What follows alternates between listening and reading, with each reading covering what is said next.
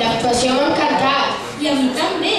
Tu sabies que hi ha un grup català que es diu Fandango? Fandango? No, home, no.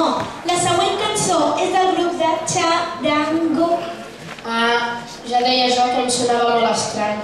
Així que ja tenim aquí el meravellós regal que ens oferiran